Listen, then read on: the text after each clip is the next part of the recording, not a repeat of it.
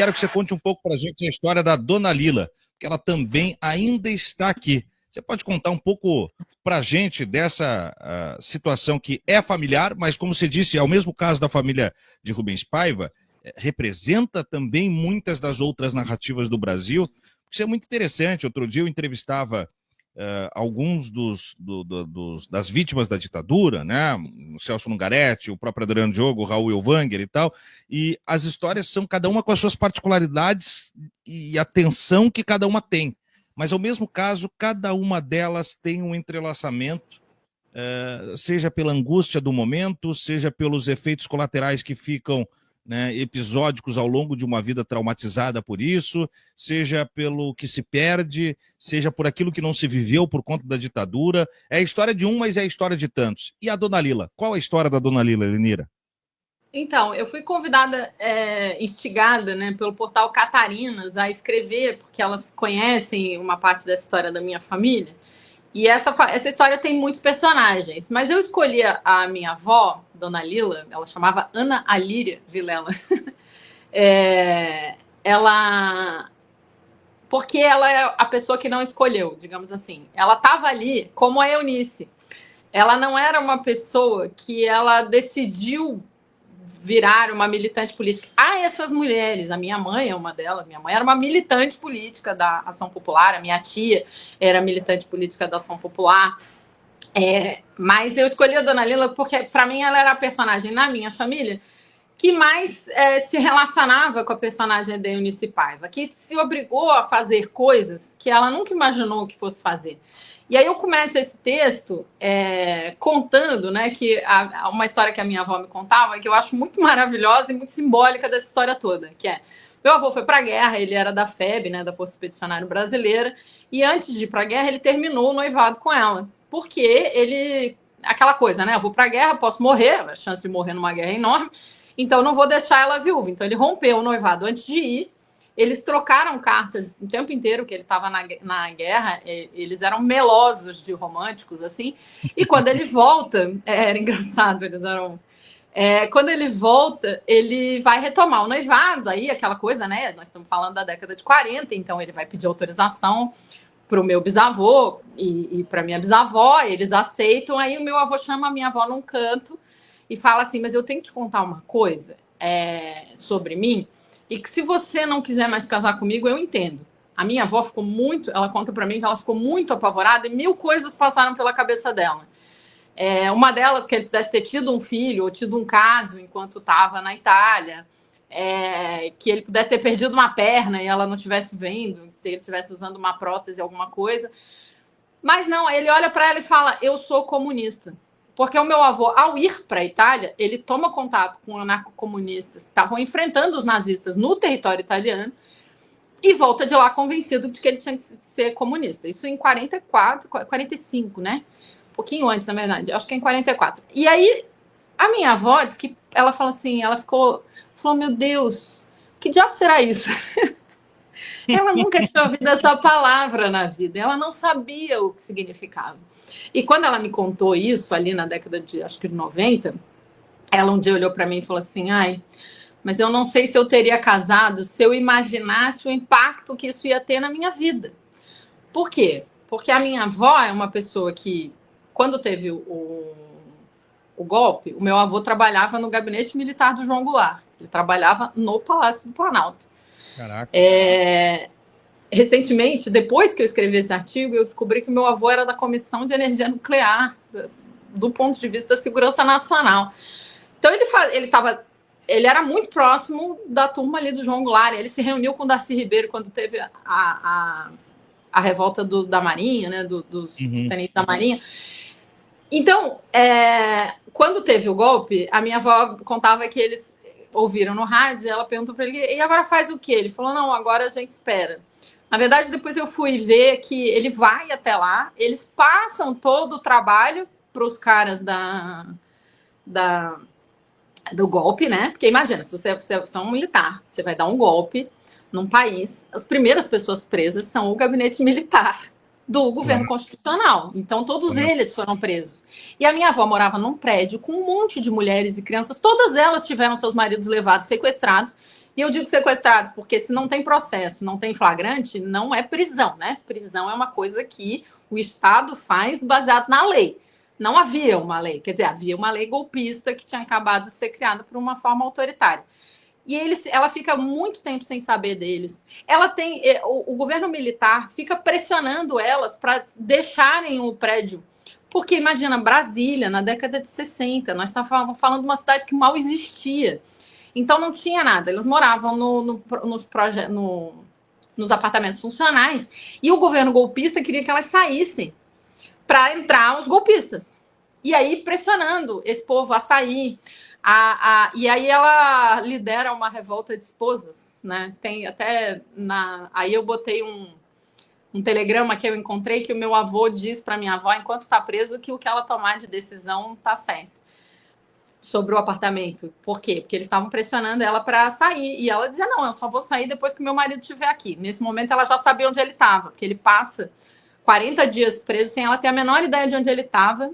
Ele estava preso na Fazenda Santa Cruz, que é na Fortaleza Santa Cruz, que é uma fortaleza que tem aqui lá em Niterói, que eu tô confusa. E ela não tinha nenhuma notícia se ele estava vivo, se ele estava morto, o que tinha acontecido, por que ele foi levado, para onde, nada disso. Aí ela descobre onde ele está. Essa é outra cena maravilhosa. Imagina uma mulher que tinha 30 e poucos anos, com filhos. Meu pai era adolescente, a minha tia era pré-adolescente e tinha uma pequena. E aí a vizinha chega e fala, eu descobri, eles estão no Rio. Mas eu não consigo, meus filhos são muito pequenos, deixa os seus filhos comigo e vai lá. Eu conheci um cara que está indo de Kombi. E ela pega uma carona numa Kombi de Brasília até o Rio para poder falar com o meu avô. E aí consegue falar com ele, ajuda as vizinhas, tem que resolver um jeito de convencer o gerente do banco até isso acontecer, porque durante 40 dias ela teve que sustentar a família, mas não tinha como arrumar emprego. Enfim, meu avô também era uma figura bem machista, então não deixava ela trabalhar, ela queria, ela tentou algumas vezes, ele sempre arrumava formas de não permitir. Então ela não tinha emprego, ela teve que convencer o gerente a deixar ela mexer na conta do banco para poder alimentar as crianças, manter todo mundo indo para a escola com um certo nível de normalidade, pressionada pelo governo golpista, sem saber onde ele estava. Vai de carona para o Rio, volta, ajuda as vizinhas, até que eles soltam ele, mas ele já tinha sido expulso do exército. A alegação que eles usam é exatamente a forma como eles agem em relação a essa revolta dos tenentes da Marinha. Eles passam muito tempo. Meu avô entrou no exército antes dos 18 anos. Ele nunca tinha feito outra coisa. Então, imagina, de repente, ele tem que sustentar a família. Um herói, um cara que tinha medalhas, todas as medalhas você pode imaginar, porque ele participou da Batalha de Monte Castelo. De repente, tem que sustentar a família sem nada. Aí, o meu pai e a minha tia entram na Ação Popular e começam a militar. Em 68, meu pai foi preso e condenado e entra na clandestinidade para não ficar preso. E aí é outro tormento, né? O meu pai era o filhinho querido da minha avó. De repente ele não tá mais, ela não sabe onde tá, ela não tem contato com ele, não sabe nada, né? E aí tem um elemento também que acho até que eu não escrevi, né? O Rubens Paiva, o motivo pelo qual eles prendem ele é porque ele estava recebendo e entregando cartas de pessoas que estavam no exílio. Lá no Chile. E no Chile. A minha avó tinha uma pessoa, que era um advogado, que era essa pessoa que fazia esse papel para ela, de receber as cartas do meu pai, que não estava no exílio, estava na clandestinidade dentro do Brasil.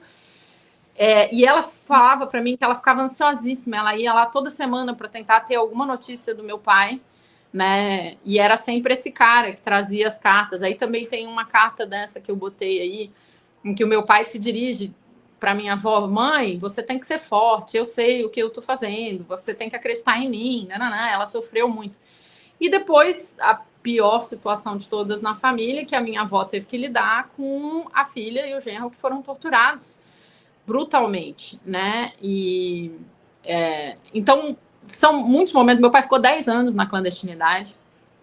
Então, são 10 anos que a minha avó teve pouquíssimo contato com ele. A gente nasce nesse meio. Então, por exemplo, eu fui conhecer a minha avó quando eu tinha muito perto do meu aniversário de 1 ano, mas a gente passa pouco tempo ali, depois volta a viver clandestino, porque os meus pais perdem contato com a organização, e aí dava outra história para eu contar dessa história.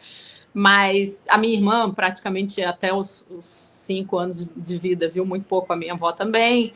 Ela teve que ajudar a cuidar, e foi super difícil, porque para ela, né, ela estava lidando com um marido, com filhos, com netos. Então mas ela era a pessoa que, com todas as dificuldades, ela não era nenhuma santa, ninguém é, né?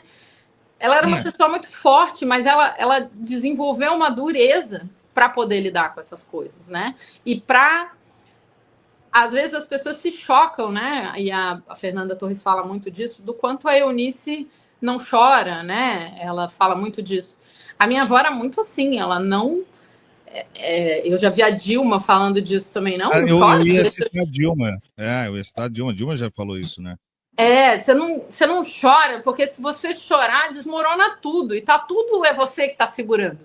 Porque o meu avô era uma pessoa muito forte, muito interessante, mas ao mesmo tempo era muito fraco, assim, ele não sabia lidar com as coisas. E você tá lidando com coisas muito difíceis, né? E você não tá. E aí você trava e fala, não, agora vamos lá, né? Não tem o direito de. E aí a gente não sabe o quanto isso cria de dificuldades até, enfim, mil, né, emocionais de todos os tipos. Então eu fiz o paralelo da Eunice com a minha avó, porque eu acho que ela foi essa pessoa na família, né? Ela não escolheu. E aí eu termino contando o dia que, lá no golpe de 2016, a minha avó olha para mim e fala, ai, Heleneira, você não consegue, assim, não falar tanto, não se expor tanto, porque eu não vou aguentar acompanhar mais uma pessoa da família sendo perseguida por uma ditadura? Nossa. E a minha avó faleceu em 2017, e em 2023 a gente viu, né, eu recebendo, né, centenas de ameaças de morte, de estupro, enfim, respondendo, claro que não tem nada comparado com o que eles viveram, mas é um processo que segue, né? Então, eu acho que a Dona Lila é um pouco essa mulher, houve muitas mulheres desse tipo, muitas mulheres que não eram militantes, mas que, como a Helenalda e a Helenora, que são irmãs da Helenira Rezende, e a mãe delas, a mãe do Fernando Santa Cruz, muitas mães, né?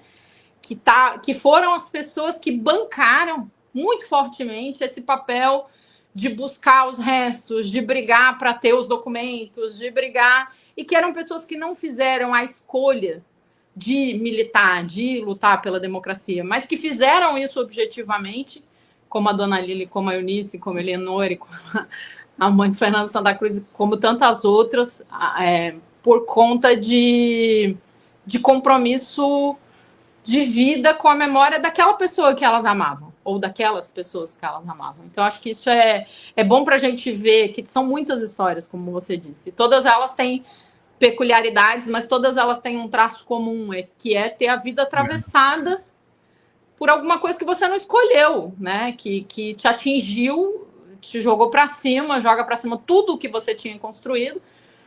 Meu pai passou muito bem, estava fazendo faculdade de engenharia, nunca se formou, e a minha avó não teve essas alegrias normais de classe média, né, de levar o filho para se formar, de ver ele construir o seu escritório, trabalhar e tal, porque a ditadura não permitiu. Então, de ver as netas nascerem, de poder brincar com a gente num ambiente em que não tem medo envolvido, não tem ninguém traumatizado, não tem problemas financeiros que foram criados por esse processo. Então,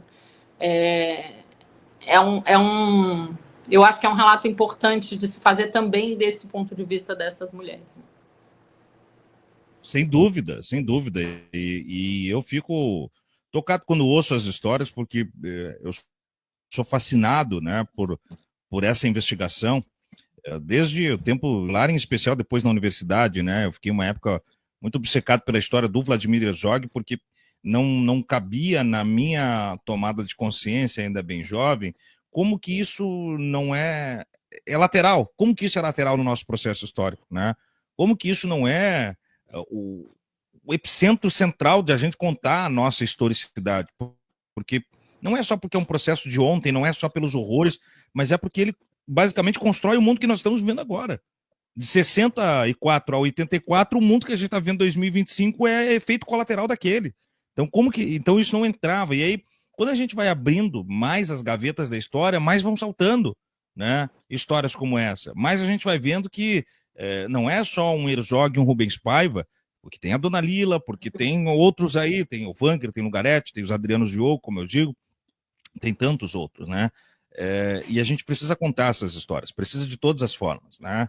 Quando você fala aí do citou, desculpa, só para você citou o Vladimir Herzog, a gente tem um caso aqui em Santa Catarina do professor Marcelino Chiarello, que é um professor que era vereador na cidade de Chapecó e foi assassinado. Por que eu lembrei dele e por que o presente, por que esse passado está no presente, ainda que a morte do Marcelino, acho que já fazem mais de 10 anos, não me lembro exatamente quanto.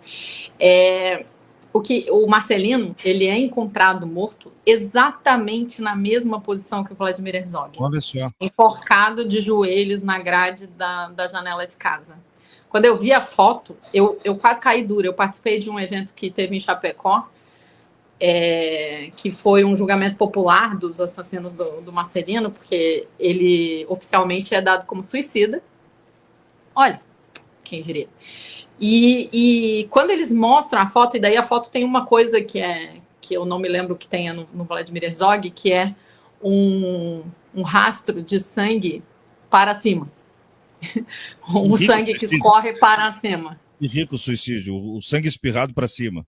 Para cima, Então, acho que do nariz, não me lembro bem de onde vem o sangue, mas eu lembro que ele escorre para cima. Uhum. E é bastante óbvio que ele é amarrado, né? E isso é dito por uma série de peritos e tal.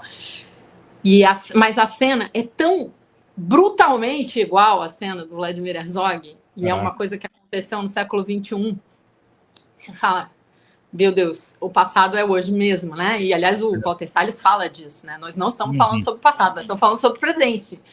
E de verdade, né, de alguma maneira, é horrível, mas é muito bom que esse filme tenha ganhado esse sucesso exatamente no ano em que a gente vê o fascismo tirando qualquer véu que tenha sobrado, né? De disfarce e de vergonha que eles não têm mais. Então, acho que tomara que sim. Eu não tenho informação de que vão reabrir o caso do Marcelino, mas preciso. Eu acho que ela disse que vão graças à pressão popular. Que bom. Fico feliz em saber. Porque é uma vergonha histórica para a Polícia Federal e para a Polícia Civil de Santa Catarina manter esse caso como suicídio, porque é uma coisa trágica. A gente sabe, claro que eu não vou dizer aqui os nomes, né? Mas a gente sabe quem é o mandante. Como eu não tenho provas, não estou a fim de ganhar mais um processo, mais uma denúncia, porque já temos uma lista um pouco grande aí, mas é uma das coisas mais brutais, assim.